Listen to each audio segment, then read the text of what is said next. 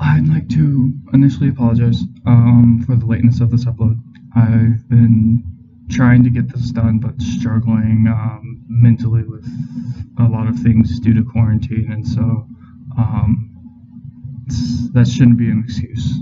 But here's the upload, anyways.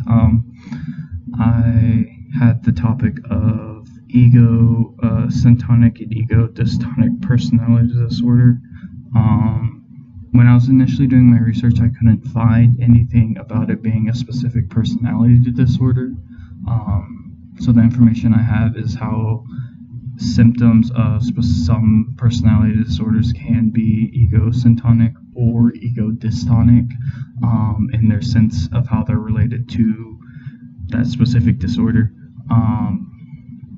But I'd like to first explain what ego is, syntonic is, and dystonic is. Ego is a person's self that brings together conscious and unconscious thought. It's something we should really all know by now, since we're in psychology, and it's something brought up by Freud. The ego, in terms of Freud, was something that was like it brings together it's kind of in between our id and our super ego, and it brings them together to find a kind of balance, a reality, so to speak. And then so in relations to syntonic, it's a behavior that is appropriate to the current environment depending on the situation. So a person dealing with OCD, they're unaware that both their devotion to minutia and rigorous thinking kind of stops them from getting ahead of the work. So they start focusing on like, I need to do this, I need to do that, I need to do this, I need to do that, and then they start getting behind in work because they're too busy thinking about the things they should be doing instead of the things they are doing. And then dystonic is inappropriate behavior in response to the current environment and situation. So it's basically the opposite of what syntonic is. Example of dystonic behavior is when thoughts, for OCD people, their thoughts being repetitive and that's harmful to like their well-being, that tends to be seen as ego-dystonic when applied to OCD.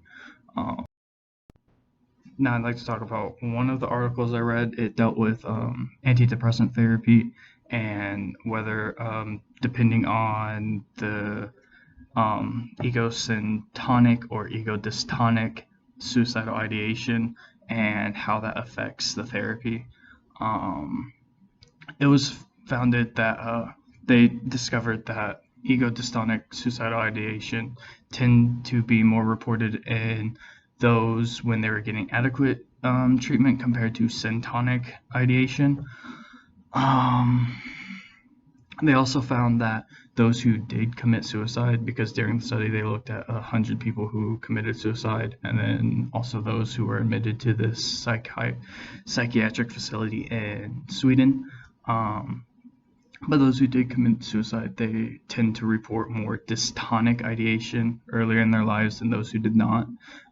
So that shows that like the treatment was a failure due to the precursor of dystonic ideation earlier in their lives. There could have been other factors, obviously.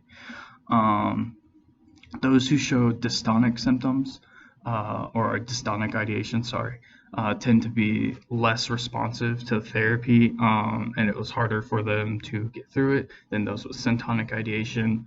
And they found further in their thought process was that dystonic ideation could be related to depressive psychosis. Depressive psychosis is just depression that causes a person to experience some form of psychosis, either like hallucinations, delusions, things like that. And that's all I found related to that in the first article I read. The second article dealt with temperament features in adolescents who had either ego-dystonic or ego-syntonic obsessive compulsive symptoms. They found in their research that those with low levels of novelty seeking, combined with high levels of harm avoidance, tend to develop ego-syntonic symptoms compared to those that showed increasing levels of novelty seeking and the highest levels of harm avoidance, they developed dystonic symptoms.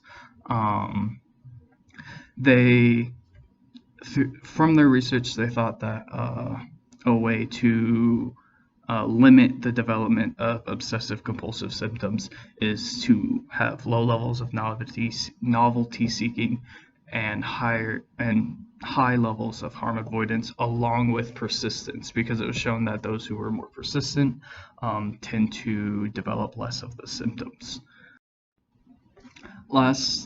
The third article I looked at examined eating related intrusive thoughts, or edits, I guess. That's how they abbreviated it when it was related to people with eating disorders.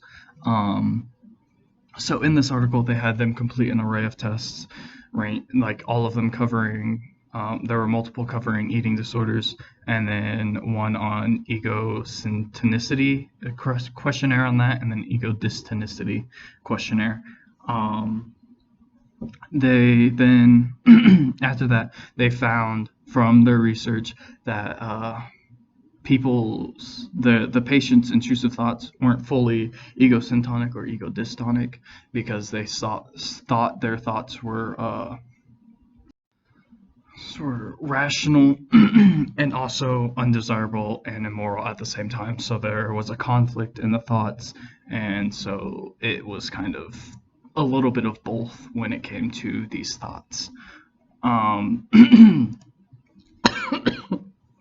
They found that after looking at this, they found that the more interference these eating disorder intrusive thoughts caused, the more ego-syntonic they appeared, and the less ego-dystonic they were. And then those caused them to be those with ego-syntonic symptoms appearing, they tend, or ego-syntonic edits, they tend to do more as indicated by their thoughts, and those who had dystonic thinking tried to neutralize those thoughts and tried to move away from them. But that is about the most relevant information I found on ego-syntonic and ego-dystonic disorders, or behaviors related to disorders.